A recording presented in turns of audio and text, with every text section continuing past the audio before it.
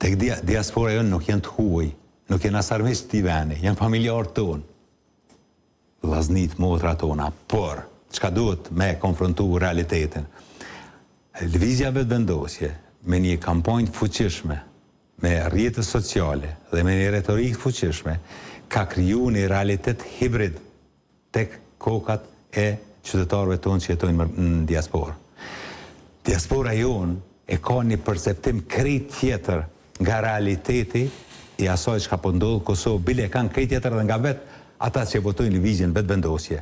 Nëse takohesh me njerëz që jetojnë diasporë, që janë lëvizje vetëvendosje, tam po shprehna nashta jo adekuat, po të merrohesh nga mënyra e tyre të menduarit për kriminalizimin e të tjerëve, për kriminalët e të tjerë, për komplot teorie, të merrohesh. Dhe kjo nuk janë raste individuale, është masive.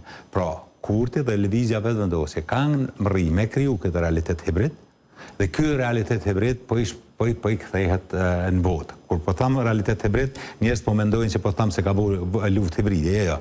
Realiteti hibrid s'ka të bëjë me luftë hibride, po ka të bëjë me rrjetet sociale, me krijimin e një realiteti online.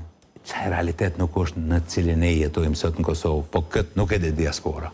Dhe ku ishte, le të themi, këtë dështimi kryesor i partive të opozitës? Partitë të opozitës kanë qenë dështuar në të gjitha fushat. Mas pari në të menduarit strategjik se kur duhet bëhen zgjedhjet, pastaj me nënshtrimin ndaj dinamikave politike të partisë që ka dule para në zgjedhjet e nënshkurtit, në mos qartësimin dhe mos deportimin e mesazhet se nuk kanë qenë partitë opozitare, po ka qenë Kurti që ka bllokuar institucionet, po për 50% qytetarët të Kosovës, ata besojnë, bile mas shumë të besojnë që LDK-ja ka bllokuar. LDK-ja nuk ka qenë e qartë pse ka refuzuar Kurtin, nuk ka qenë fare e qartë, bile ka njerë habitna sa pasiv kanë qenë deputetët e Lidhjes Demokratike të Kosovës. Se tek Lidhja Demokratike e Kosovës tash gjithë po dojnë me fajsu lumirin për rezultatin. Po një analizë nuk besoj që është roja problemet.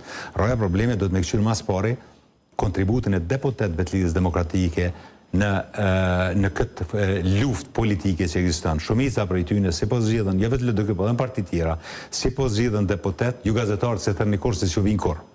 Shumë prej deputetëve nuk paraqiten kanë një herë 6 muaj, sikur me kanë intelektual të venit madhnaj, një intervistë, kështu edhe në thukt, edhe me gatë punë e marrën në rrugën edhe kryet. Kur televizja vetëvendosje është shumë e angazhuar, ata e konsiderojnë mos shprehem si luftë. Edhe fjala luftë nuk është fjala e mirë, po e kupton luftë politike, ku çdo ditë të ishe edhe ministrat, edhe të gjithë. Është një farë paradoksi.